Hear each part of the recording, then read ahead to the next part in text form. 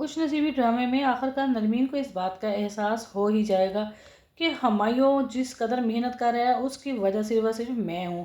हमायूं नरमीन को बताने की कोशिश करेगा कि मैंने गुल्लो को बतीक छोड़ दिया है। इस पर नरमीन बहुत हैरान होगी और हमायूं से पूछने की कोशिश करेगी कि अगर कोई ना कोई तो वजह होगी उस औरत को छोड़ने की। इतने में हमायूं बताने की कोशिश करेगा मगर नरमीन पहले से समझ जाएगी कि ये गुल्लो हमायूं को पसंद करने लगी है। वहीं पर गुल्लो जो बार बार फ़ोन करके हमायूं को परेशान कर रही है, लेकिन हमायूं उसका वो प्रपोज़ल को छोड़कर यहीं पर वापस अपने ही पुरानी दुकान में आकर उसने वो काम शुरू कर दिया है।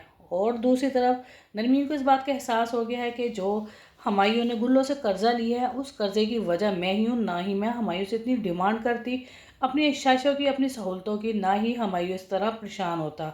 हमायूं की मामी भी हमायूं को बोलेगी और समझाने की कोशिश करेगी कि हमेशा जब भी काम करो तो अपने से बड़ों से फैसला कर लेना चाहिए, ताकि वो अपनी समझदारी और अपनी उम्र के मुताबिक तुम्हें समझा सके तुम्हें क्या ज़रूरत थी ईमान की शादी के लिए इतना बड़ा कर्जा गुल्लो से लेने की। ना तुम कर्जा लेते, ना तुम आज गुल्लो के कर्जदार होते। देखो, सिराज ने अपनी बेटी की शादी करनी थी, उसकी जिम्मेदारी थी। तुम्हारा हमायूं कोई काम नहीं था कि अपने ससुर सिराज की खातिर गुल्लो से कर्जा लेने की।